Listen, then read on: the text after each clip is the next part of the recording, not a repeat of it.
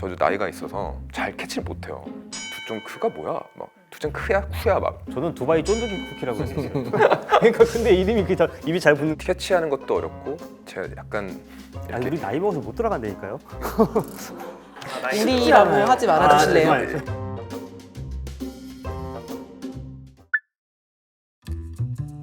안녕하세요. 돈이 되는 이야기를 나누는 경제 토크쇼 타이머의 호스트 전기영입니다. 오늘의 주제는 요즘 푸드 트렌드입니다. 오늘 이 이야기를 함께 나눠주실 세 분을 소개해드립니다. 롯데백화점 푸드기획팀 정동현 팀장님, TTT 문화기획사 남준영 대표님, 그리고 하나투자증권 한유정 연구원님 오셨습니다. 반갑습니다. 안녕하세요. 안녕하세요. 세 분 오시면 꼭 물어보고 싶은 질문이 있었습니다. 요즘 대한민국에서 가장 핫한 음식이 있다면은 좀 뭐라고 생각하시는지. 두쫑쿠 아닌가요? 당연히 두쫑쿠. 두쫑쿠. 네. 두쫑크입니다. 두쫑쿠요. 네, 일어나서 잘 때까지 보이는 것들이 다 두쫑쿠인 것 같아요. 좀 드셔보셨나요? 저도 한 2번 먹어봤는데 제 취향은 아니더라고요. 그래서 씹히는 식감도 너무 둔탁하고 그다음에 그 바삭거리는 것도 저한테는 약간 거칠다는 느낌이 있어서 이거 왜 먹지라는 생각이 드는데 근데 매출 찍히는 거 보면은 지금 한국에서 제일 잘 팔리는 음식이다 라는 생각이 들더라고요. 아, 이거 빨리 만들어야겠다 이런 생각 안 드세요? 지금 월드몰 같은 데서 일 매출이 8천만 원씩 찍혀요. 한 테넌트에서 10평 매장에서 일 8천만 원이요? 8천만 원. 그럼 그게 그 근처에 있는 매장이랑 비교했을 때 어느 정도 매출이 나고 있는 거예요? 제일 잘 나가는 애들에 비해서 한 3, 4배 정도. 저 같은 경우에는 좀 다른 방면으로 보는데 저는 그걸 팔고 있진 않지만 F&B 이제 업장을 하다 보니까 그래서 일하는 사람들이 좀 걱정된다? 왜냐면 이게 자동화가 되지 않는 부분이 있고 손으로 많이 만들어야 되는 구조다 보니까 8천만 원을 하루에 판다고 하면은 그거를 계속 만들어내야 되는데 사람이 계속 만들어야 되거든요. 저 근무는 어떻게 하지? 스케줄은 어떻게 할까? 저는 딱 그거 보면서 걱정이 되는 거죠. 이게 두쫑쿠가 굉장히 열풍이 많는 게 제가 오늘 촬영 기준으로 어저께 저녁 때 이제 뉴스를 봤어요. 개인 카페에서 시작해서 뭐 국밥집에서도 판다, 횟집 이런 데서 판다. 근데 이불집 이불집에서 이불 가게요. 요즘에 전통시장 가도 팝니다. 팔아요? 헌혈에도 요즘엔 두쫑쿠. 하루에 적정량이 원래 좀 모자랐는데 이게 두쫑쿠로 인해서 적정량을 채우고 있다라고 이런 일을 벌어날지 뭐 어떻게 알았겠습니까? 그러니까 더 약간 소비자분들이 포모를 느끼는 것 같아요. 두쫑쿠에 네, 두쫑쿠에 나도 먹어봐야 되는데 저거 저렇게 줄 서 있는데 왜 그러지? 이러면서 더 호기심을 자극하는. 그래서 보일 때마다 트렌드를 좀 쫓으려고 먹어보고 있는데 갈 때마다 가격이 바뀌어 있어요. 시가처럼 위로 올라가더라고요. 피스타치오 가격이 계속 올라가니까. 네, 두쫑쿠에 들어가는 원재료들이 사실 구하기 쉬운 재료들은 아니니까 계속 다 구매 제한이 걸리잖아요. 그런 부분이 약간 탕후루 때랑은 좀 다르게 흘러가는 것 같긴 해요. 어떤 내용물에도 설탕 코팅을 입히면 되는 탕후루보다는 원재료를 가지고 오는 것부터가 좀 어려운 두쫑쿠가 조금 더 그때랑은 좀 다른 모습이지 않나 생각은 하고 있습니다. 지금은 그러니까 잘 팔리는 문제가 아니라 누가 물량을 공급할 수 있느냐. 약간 HBM 같은 공급의 이슈. 누가 이 두쫑쿠의 원재료를 수급을 하느냐. 이 원재료의 이슈와 공급의 이슈이기 때문에 가격도 점점 올라가는 거죠. 뭐 4,000, 5,000원 하던 것들도 7,000원, 8,000원, 뭐 9,000원 계속 올라가고 인건비나 이런 것도 계속 올라가는 상황이고 인력도 구하기 힘들고. 근데 제 생각에 소비자 입장에서 생각을 해본다면 좀 재미 요소는 있을 것 같아요. 무언가 옛날에는 어떤 상품을 만들었을 때 완성형에 가깝게 만들어져서 나와서 유행을 했는데 지금 무언가 계속 소비자들도 같이 참여해서 만들어가는 거라 좀 생각을 하거든요. 예를 들어서 평양냉면 같은 거죠. 평양냉면이 굉장히 헤리티지 있는 음식이지만 거기에 대해서 집집마다 달랐을 때 우리가 어떤 의견을 참여하고 공유하고 그러다 보니까 사람들한테 더 인기가 있지 않을까.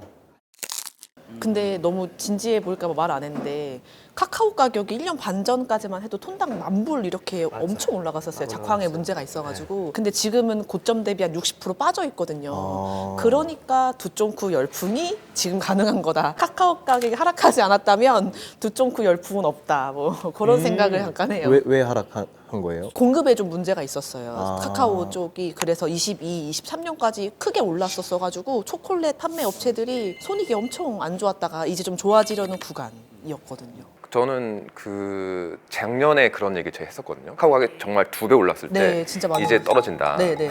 분명히 떨어진다. 왜냐면 카카오 농장들이 이제 그러면 카카오를 이제 막 짓기 시작하고 그다음에 카카오 가격은 당연히 떨어지고는 공급이 늘어나면서. 공급이 늘어나면서 떨어지는 타이밍이긴 한데 실제로는 다 가격은 올렸지만 가격이 내리진 않잖아요. 맞아요. 다 10%다 맞아요, 올렸는데. 맞아요. 근데 그것과 동시에 한국이 디저트 시장이 초콜릿 쪽으로 좀 돌아가고 있구나 생각도 저는 하고 있어요. 초콜릿이 사실 단위 가격이 디저트에서 가장 비싼 애들인데 한국이 전통적으로 초콜릿이 안 되는 나라라고 얘기를 많이 하거든요. 일본은 초콜릿 많이 먹고 한국은 안 먹어. 이유를 물어보면은 녹아서 그렇다느니 뭐 한국 사람들이 그런 거 안 좋아한다느니 하는데 실제 가장 비싼 디저트 중에 하나라서 요즘 들어서 두바이 초콜릿, 두쫑 그런 거 하는 거 보면서 한국도 이제 초콜릿이 조금씩 돌아오는구나, 돌아온다기보다 시작되는구나 이런. 대표님 이제 저는 방금 들은 생각이 발렌타인데이 때 엄청 나겠구나는 갑자기 생각이 들어요. 네. 그 옛날에는 초콜릿이 삼계탕집처럼 발렌타인데이만 딱 팔리고 연중 안 팔려. 계절성이 좀 네. 컸었는데 계절성 이렇다가 쭉 놀다가 이렇다가 이런 계절성이 있었는데 제가 요즘에 예상하고 있는 거는 연중 흐름이 좀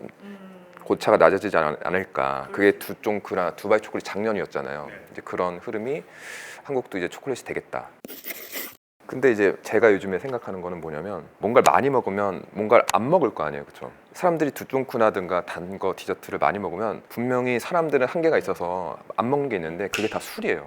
대표님이 더 잘 아실 것 같은데. 네네네. 사실 진짜 실제로 술을 많이 안 먹어요. 용산 내 어떤 바를 운영하시는 대표님들 또 이야기를 나눠보면 손님은 같대요. 손님의 객석 수는 같은데 매출이 안 나오는 거죠. 과음을 하지 않아요. 과음을 안 하시는 네네네네. 술이라는 것들은 그러니까 공동의 어떤 소비잖아요. 그래서 와인이란 것은 750ml니까 이게 나눠 마시는 술인 거잖아요. 우리가 옛날에는 소셜 다이닝이라고 해서 맨날 가족끼리 한 잔씩 하고 뭐 나눠 마시는 문화였다면 현재는 그 나눠 마시는 문화 자체가 없어지다 보니까 750ml 병 자체가 소비가 잘 안 되는 거예요. 대신에 이제 코로나를 겪으면서 위스키나 독주 위주로 확 흘러갔는데 얘네들은 특징은 혼자 마실 수 있는. 혼자 마실 수 예, 있고 킵도 할 개봉을 수 하더라도 맞아요. 킵이 가능하니까. 사실 이제 우리가 디저트 같은 경우에는 두쫑크를 막 짠 할 수는 없잖아요.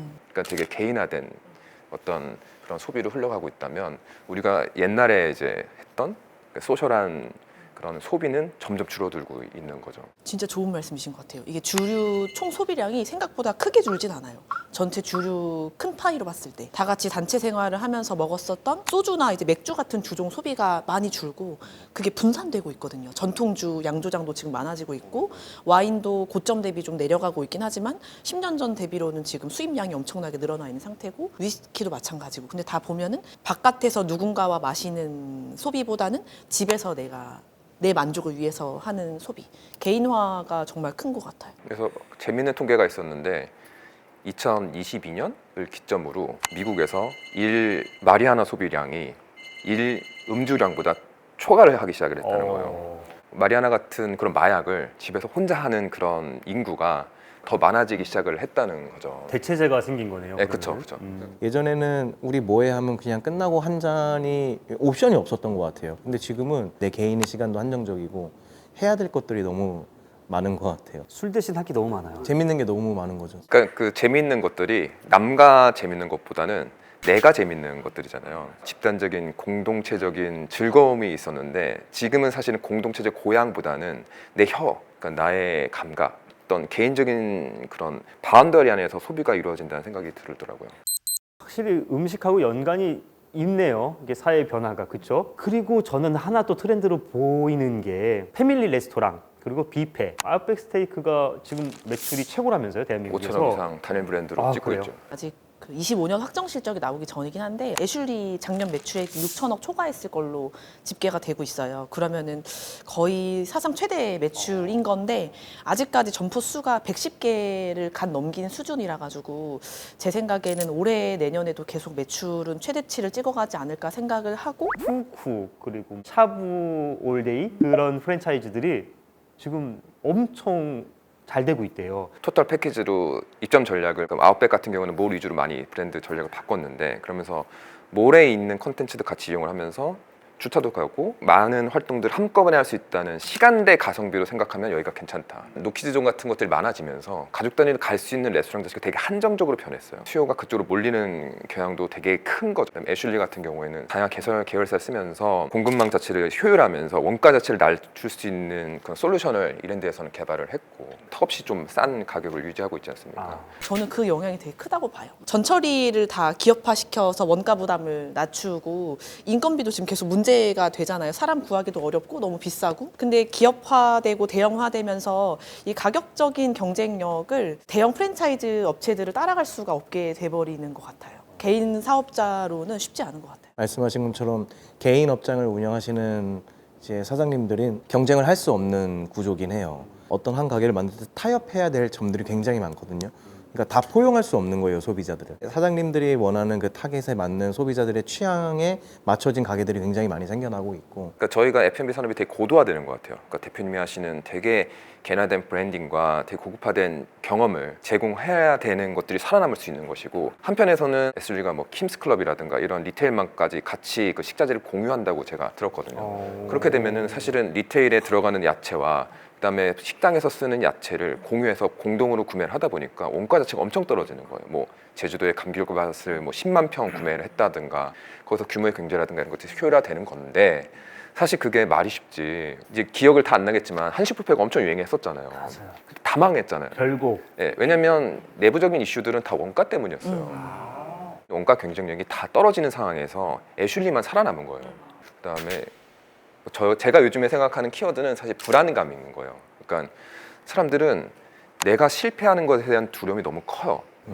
대표님 같은 맛집이라 가도 사람들이 거기서 다시 리뷰를 검색해. 그리고 메뉴 리뷰를 다시 검색해. 아, 그 안에 들어가서도 네, 그 안에 들어가서 다시 검색을 해. 내가 실패하기 싫으니까. 네, 이 음식이 진짜 맛있는 게 맞나? 옛날 어른들 생각해보면 먹고 싶은 게 늘 있었어요. 맞잖아요. 맞아, 항상 난 이거.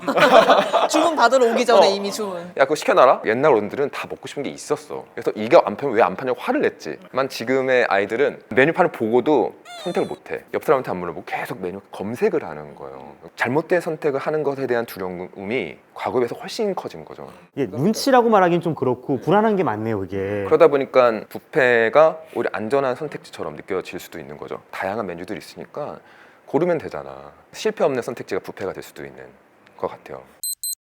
트렌드 하면 또 빼놓을 수 없는 게 편의점입니다. 정말 요즘 놀라운 게 외국 관광객들이 한국 들어오면은 꼭 편의점을 들린다고 해요. 왜 그렇다고 생각들을 하세요? 제가 이제 식품 산업을 분석하는 사람 입장에서 편의점 업계가 좀 부럽다라고 생각을 하는데, 편의점 업체들은 플랫폼이죠. 유통업자죠. 직접 제조를 하지 않죠. 그래서 어떤 유행이나 인기를 포착을 하면은 본인들의 그 OEM 공급망에 다 뿌리죠. 그러면 바로 상품화를 할 수가 있어요. 팔아보고 잘 되면 더 팔고 안 되면 단종하면 되는 거예요. 지금 한창 인기몰이하고 있는 흑백 요리사 같은 게 잘 됐을 때 제품화를 가장 잘하고 상업화를 잘하는 게 편의점 업계라고 생각을 해요. 그래서 상품 구성이 다양하다 보니까 실험적인 플랫폼이 되는 거죠. 전 최근에 편의점에서 그런 걸 좀 봤어요. 그 보일러랑 콜라보를 하는 게 있더라고요, 편의점에서. 만약에 제가 브랜딩을 하는 담당자라면 보일러가 TV 광고나 유사 어떤 광고로 알릴 수 있는 그 채널이 한정적이라고 저는 이제 보거든요. 그럼 결국에 일반 소비자들한테 계속 우리의 이름과 우리가 지금 가고 있는 방향성을 계속 전달할 수 있는 건 그런 콜라보를 통한 알림이지 않을까라는 생각이 드는 거죠. 아, 맞네요. 대표님 콜라보 많이 해보셨죠? 저 같은 경우에는 인스타를 키거나 뭐 네이버를 키면 그 광고가 엄청 많잖아요. 근데 그 광고가 저한테는 잘 보여요, 사실은.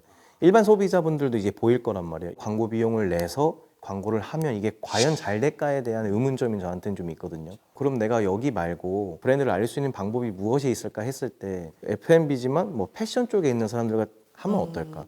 그 패션 쪽에 있는 사람들은 음식은 의식주 형태로 일상식을 즐기지만 우리처럼 딥하게 음식을 즐기진 않잖아요. 그 사람들이 보지 못하는 채널이 또, 그러니까 알고리즘 같은 거죠, 뭔가. 다른 산업과 그 문화적인 소비하는 부분들이 콜라보레이션으로 충돌했을 때 그 알림이 무언가 훨씬 더 좋은 마케팅이지 않을까. 이것도 되게 재밌는 것 같아요. 그러니까 옛날에는 왜 콜라보를 할 생각도 안 했고 콜라보를 안 했지? 근데 요즘은 왜 이렇게 하는 거야? 라고 생각을 좀 계속 해보는 편인데, 나는 이런 이색적인 조합도 이해할 수 있는 취향을 가진 사람이야. 옛날엔 취향이 중요하지 않았어요.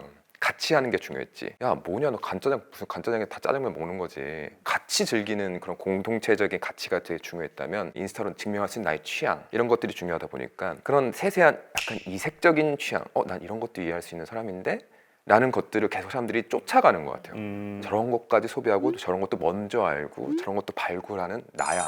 취향을 증명할 수 있는 소비들을 계속 하는 것 같은. 그리고 그런 취향들을 쫓아가지 못하는 내가 불안하고.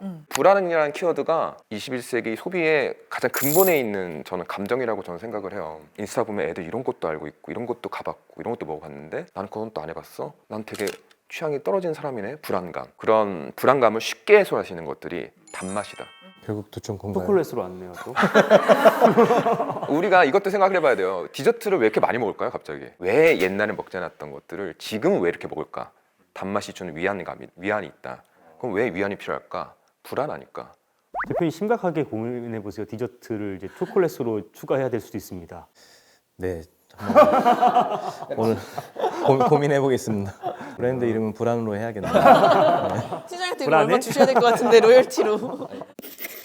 근데 요즘 트렌드를 보면은 가성비가 있거나 자기 취향을 만족시켜야 되는 그런 쪽으로 나뉘고 있는 것 같아요. 이 유행이라는 게 과거와는 좀 만들어진 게 다른 것 같아요. 저도 나이가 있어서 잘 캐치를 못해요. 두쫑크가 뭐야? 막 두쫑크야 쿠야 막 저는 두바이 쫀득이 쿠키라고 했었어요. 그러니까 근데 이름이 입이 잘 붙는 거예요. 갖다 주면 먹고 요새 되게 유행한데 그러면 또 테스트는 해봐야 되니까 먹어보고. 근데 이런 되게 수동적인 이제 세대가 됐는데 사실은 젊은 세대들은 계속 그걸 만들잖아요. 스스로 만들고. 맞아요.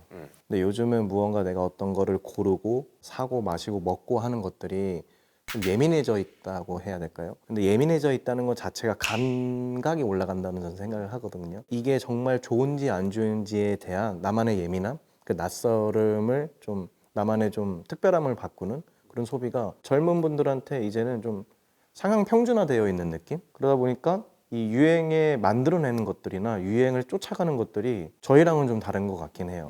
보통의 것들에서 특별한 거를 좀 찾아내는 건데 젊은 분들이 거기에 대해서 굉장히 예민해져 있는 것 같다. 캐치하는 것도 어렵고 따라가기 위해서 나를 바꾸는 과정도 너무 힘든 거예요. 제가 약간 아니, 우리 나이 먹어서 못 들어간다니까요.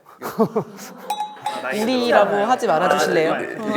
저희 식품업계도 고민이 많았었을 것 같아요. 가공식품업계에도. 왜냐면은 트렌드는 계속 바뀌는데 저희 식품 대기업들은 그거를 다 쫓을 수가 없어요. 라인을 주문하고 제작하고 어디에 넣고 라인 하나를 다 풀로 들이는데 비용이 수십억 단위로 들어가다 보니까 BEP 맞추기도 쉽지 않을 거예요. 다 들였는데 유행이 갔다 하면은 사실 의미 없는 투자가 되어버린 거니까 생각해 보시면은 허니버터 칩도 14년도 출시 제품이고 불닭볶음면도 12년도 제품이거든요. 그 후로는 그런 빅히트 제품이 없었어요. 대기업이 주도하는. 그러면 저희 기업들은 과거처럼 트렌드를 만들고 뿌리려고 하기보다는 요 브랜드 헤리티지를 가지고 해외 확장을 하는 게 더 좋은 레버리지가 된 시대가 된 것 같아요. 허니버터칩 이야기를 잠깐 해주셨는데 근데 그때 허니버터칩의 열풍과 지금 이 두쫑크의 열풍에 대해서는 좀 차이점이 있을까요? 주어가 다르다고 생각해요. 그때의 열풍은 기업이 만든 거였고 지금은 사실 기업이 만들었다기보다는 소비자가 이거를 만들고 있다 보니까 아예 순서가 저는 역전되어 있다고 보고 있어요. 좀 전에 말씀하신 것들을 이 얘기를 해보면은 불닭볶음면은 12년도에 만들었고 그리고 허니버터칩은 14년도인데 그 이후에는 갑자기 두쫑크라는 게 팍 나왔어요. 이건 기업이 만든 게 아니잖아요. 그러면 이 트렌드가 어떻게 보면 신호탄이라고 생각을 해도 될까요? 저는 그렇게 보고 있어요. 구조적으로 식품 업계가 이 모든 빠른 트렌드들을 다 쫓아가는 건 한계가 있다 보니까 고민의 선상이 좀 달라지지 않았나 생각을 하고 있습니다. 지금 말씀하신 것들을 쫙 뭔가 종합을 해보니까 음식 맛은 상향 편준화됐고 이제는 컨셉트가 중요한 시대가 된 거는 분명한 것 같고 이런 것들을 이제 성공시키려면은 해외 수출 내지는 해외 마케팅을 좀 잘 해야 되는 시대가 아닌가라는 좀 생각이 문득 드는데요. 한국이라는 나라의 국격 자체가 비교 안 되게 올라가 있다고 생각을 해요. 한국 음식이라고 하면은 거부감을 느끼기보다 호기심, 먹어볼까? 이런 게 보편화되고 있는 게 사실 K 컨텐츠 덕분이긴 하지만 저는 장기 시대의 흐름이라고 생각을 하고 있고 거기에 K푸드 수출도 잘 되고 있습니다. K푸드는 그럼 실적들이 역대 최대 또 이런 건가요? 근데 이제 아쉬운 거는 전체 식품의 수출 금액은 좋아요. 근데 사실 식품이라고 하는 게 세분화되어 있는 카테고리가 굉장히 많잖아요. 그 카테고리별로 봤을 때에는 10년 동안 장기 우상향이 이어지는 수출 품목은 라면밖에 없어요. 연간 수출 금액이 10억 달러가 넘어가는 게 라면 하나거든요. 요것 또한 장기 트렌드라고 보고 있기 때문에 꺼질 일은 절대 없다고 보고 있고, 요게 이제 1세대 수출 품목이 되어서 다른 수출 품목들도 좀 얹어진다면 한국 식품 수출은 굉장히 유망할 걸로 기대하고 있어요. 라면은 사실 저희 다 알잖아요. 삼양에서 이제 쏘아 올린 불닭으로 해서 이제 다양한 라면들이 잘 나가고 있는 거 아는데 저희는 또 넥스트가 중요하지 않습니까? 그렇죠. 항상 그 넥스트를 물어보시는데요. 외식업계는 트렌드가 빠르지만 아까 얘기했듯이 저희 가공식품 업계는 트렌드가 그렇게 빨리 움직이지 않아요. 한 번 궤도에 올라간 브랜드는 잘 내려가지 않아요. 콜라 하면은 코카콜라, 펩시콜라, 사이다도 마찬가지이고 라면도 많은 브랜드가 나왔지만 여전히 굳건한 브랜드들은 굳건해요. 그게 저는 수출도 마찬가지일 거라고 생각을 해서 지금 잘 되는 브랜드가 앞으로도 잘 될 가능성이 높다고 보고 있어요. 다음을 찾지 말고 지금에 집중하자. 아, 삼양을 더 잘 봐라. 네. 어떤 기업도 어떤 산업도 규모가 작았을 때는 분모가 작으니까 성장률이 높게 나오죠. 근데 점점 성장을 거듭해서 분모가 커지면 성장률은 내려오게 되어 있단 말이에요. 근데 삼양식품의 지난 10년 매출 성장률이 연평균 20%가 넘어갔어요. 근데 앞으로 향후 3년, 5년간의 매출 성장률도 비슷하게 지금 전망이 되고 있거든요. 이런 기업을 제가 찾으려고 노력을 많이 했어요. 케이스 스터디를 하기 위해서. 한국에는 없었고 해외에도 있지 않을까 고민을 많이 해봤는데 없더라고요. 해외에도 없다고요? 해외에도 없어요. 뭐 네슬레, 네스프레소 어떤 특정 기업의 특정 사업부가 그런 장기 성장을 낸 적은 있어도 전체 매출이 이렇게 장기간 고성장한 케이스는 드물기 때문에 파급 효과가 장기간에 걸쳐서 나올 거라고 생각을 하고 있어요. 전 사실 제가 또 미는 게 있습니다. 뭐죠? 초콜릿이랑 제가 또 미는 건 유통. H마트 같은 한국적 유통이 이런 푸드 문화가 퍼지면 끝단에서 발생하는 것들이 유통이거든요. 식자재라든가 한국적인 채소, 장류 이런 것들을 할 수 있는 플랫폼이라고 생각이 드는데 이런 것들이 결국 어느 순간에는 잘 될 거라고 생각을 해요. 이미 H마트는 잘 되고 있고 전 세계 100개 이상의 지점이 있고 영국과 미국에 100개 이상의 지점이 있고 현재 이마트든 롯데마트든 베트남이나 이런 데서 잘 되고 있는데 불닭이 동남아 중심 애초에 퍼졌던 것처럼 한국 유통도 사실은 외국에서 잘 될 수 있다고 저는 몇 년째 이야기하고 있는데 뭐 저는 그 끝단에는 사실 저는 유통이 있다고 생각을 합니다. 유통은 사실 좀 잘 손에 안 잡혀요. 그러니까 유통이라는 게 정확히 뭐지? 이게 회사로 치면은 뭔가 물류 같은 거를 마트죠. 공급해주는 마트, 간단히 이마트나 마트라 뭐 생각하시죠. 이런 예. 홈플러스 이런 식으로. 예, 편의점 체인이 될 수도 있고 아. 한국적 마트가 될 수도 있고 쿠팡 같은 온라인 마트가 될 수도 있는 거죠. 사실 지금 다 해외로 나가고 있어요. 코스트코에서 한국 물건 사서 팔면 되지라고 생각할 수 있지만 그런 벤더의 공급망, 그런 네트워크 이런 것들도 사실 무형 자산인 거잖아요. 현대백화점에서 일본에 가서 뭐 매장을 낸다, K컬처를 가지고 뭐 뉴욕에 간다 이런 얘기 무수히 얘기가 나오고 있는 것들이 네트워크를 외국으로 가져가겠다, 같이 가자 팀으로. 이제 그런 것들이 뭐가 더 잘 될까, 뭘 사면 될까는 이제 연구하는. 깜짝 놀랐어요. 되게 자연스러웠어요. 이따가 나는 유통에 관심이 있으니까 너가 어떤 얘기해라. 거를 100% 정말 좋은 해안이라 생각을 하는 게 우리 업체들도 팔고 싶어 해요. 내수가 트렌디해지고 상향 평준화되기 어려우니까 물량을 늘리는 거는 해외밖에 답이 없다. 그리고 외국에서도 우리를 찾아요. 먹어보고 싶은데 근데 파는 데가 없어요. 근데 식품 쪽이 유독 그 제도적인 까다로운 부분 때문에 쉽게 말해서 소비자와 마트를 연결해주는 중간고리 업체가 없어요. 그러니까 업체들도 저 마트에 입점하고 싶은데 어떻게 해야 돼? 누구를 만나야 돼를 모르고 저 마트도 한국에 그거 팔고 싶은데 이거 어떻게 해야 돼? 기업들이 다 섭외할 수 없잖아요. 그 중간에 뭐 벤더라고 할 수 있는 단계가 좀 기업화된다라고 하면 한국 식품 수출은 더 빠르게 늘 수 있을 거라고 봐요. 그럼 무역업계가 좀 성장이 된다는 그렇죠. 거죠? 네, 진입장벽이 훨씬 낮아질 거라고 봐요. 미래는 유통이다. 맞아요. 그리고 대표님 같은 역할도 되게 중요한 거예요. 여기는 약간 뭔가 특공대 같은 거죠. 현지에서 사람들을 한국식 먹이는 거예요. 고추장을 쓴 메뉴라든가. 그러니까 무기를 보내주시면 저는 그 무기를 갖고 이제는 배낭 메고 가야지. 처음엔 배낭 메고요. 낙하산 타고 별동대로 가는군요. 낙하산 타고 이제 떨어뜨려 주면은 각자 도생하는 거죠. 과거에는 각자 도생인 거예요. 배낭 메고 가서 텐트 짓고 전통주 팔고 하던 것들이 어떤 의미에서는 다 특공대 같은 것들인데 인프라 없이 가는 거예요. 개인이 가서 거점에서 이제 입소문이 돌면서 이 물건 어디서 구해요? H마트를 가세요. 이런 식의 확산이 되는 다양한 이제 플레이어들마다 각자의 역할이 있는 거거든요. 그래서 뭐 요즘에 음식 잘하시는 분들은 일단 뉴욕에 가잖아요. 맞아요. 일단 뉴욕에 가. 많이 가죠. 거기서 창업하고 밸류를 받는 게 한국보다 훨씬 낫다. 그런 생각을 많이 하시는 것 같아요. 한국 문화에 대해서 사람들이 이건 고급 문화야라고 인식을 하게 되면은 오히려 한국적인 장류, 소스류 이런 매출 단위가 크게 일어난 애들은 사실 그런 식으로 수출이 될 수도 있고 나중에 그게 잘 되면은 야 내가 차린 게 낫지. 뭘 아마존이야. 마트 가자. 이렇게 되면 이제 마트가 창업을 할 수도 있는 거고 지점을 낼 수도 있는 거고 사실 그런 메커니즘인 거죠.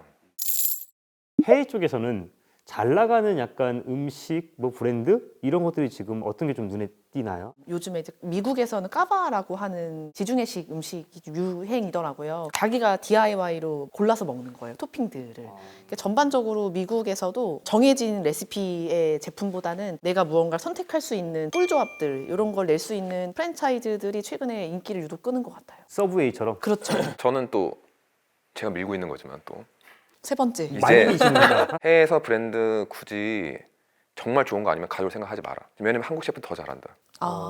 차라리 외국 브랜드처럼 만드는 게 오히려 로열티라든가 이런 인수 비용을 치면은 사실은 이게 낫지. 과거 한 10년 정확하게 얘기하면 스타벅스가 들어오던 시절에는 해외 브랜드가 들어오면은 야 유학생들이 먹던 거래 나 유학할 때 먹던 거잖아 라고 해서 들어오면 잘 됐어요. 근데 이제 한국에서 찾는 게 낫다. 빵도 한국에서 찾는 게 낫고 스테이크 등등등등 다 한국이 더 잘한다 지금은. 굳이 이거 외국에서 찾아오려고 너무 노력하지 말자. 차라리 잘하는 분들 밀어줘라. 외국에서 막 연구원하시던 분들이 갑자기 김치찌개집, 김밥집. 그러니까 그분들이 김밥과 김치찌개를 해도 외국에 있는 외국인보다 잘할 거 아니에요, 사실은. 진정성 있고. 예, 내가 해왔던 먹었던 음식들이고 가까이 있던 음식이고 저희가 막 해외 음식을 한다고 해도 그 정서를 느끼지 못하고 그 정보를 정확히 모르면 표면적인 정보로 무언가를 하기는 어렵거든요, 사실. 그래서 그런 연구원분들이 이렇게 좀 잘하시는 게 아닐까. 재밌게 얘기하다 보니까 시간이 훌쩍 다 가버려가지고 마지막으로 타이머의 공식 질문입니다. 지금 푸드 산업은 시계로 치면은 몇 시를 가리키고 있을까요? 저는 아침 7시다. 아침 7시? 이제 동이 트는 시작. 내수의 한계에서 벗어나서 수출 확대를 해나가는 초입. 한국 음식 화이팅. 저는 한 12시 반인 것 같아요.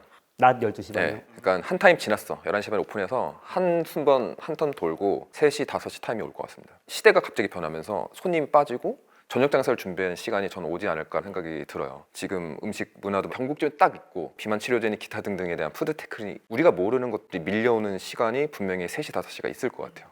지금 딱 점심 식사할 때처럼 분주하게 돌아가는 12시 그런 반이에요. 지금 또 만석이긴 해. 근데 이 다음은 또 모르는 일이에요. 그 저희 업장에서 보통 3시부터 5시까지는 브레이크 타임을 갖는 시간인데 저는 3시이지 않을까 싶어요. 브레이크 타임. 다음 영업을 위해 휴식이라고 표현을 하지만 사실 우리가 좀 변화해야 되는 시기이니까 3시이지 않을까. 좀 첨언을 한다면은 각자가 지금 맡고 있는 푸드 산업에서도 본인의 위치에 있는 그 시간을 말씀해 주신 것 같아요. 자영업을 하시는데 이제 어려운 좀 지금 상황 전체 이제 산업적으로 봤을 때 그리고 기업적인 측면에서 볼 때는 다시 또 준비해야 되는 딱 이렇게 정리가 되는 것 같아요. 네, 우리에게 음식은 생존을 위한 필수제지만 이제 소비자들은 그 너머의 경험과 가치를 선택하고 있는 것 같습니다. 결국 변화하는 시장의 흐름을 읽는다는 건 사람들이 어디에 마음을 쓰고 어디에 지갑을 여는지 그 본질을 들여다보는 일이 아닐까 싶은데요. 오늘 타이머는 여기까지고요. 다음 시간에도 더 돈이 되는 이야기로 다시 돌아오겠습니다. 감사합니다. 감사합니다. 고맙습니다. 감사합니다.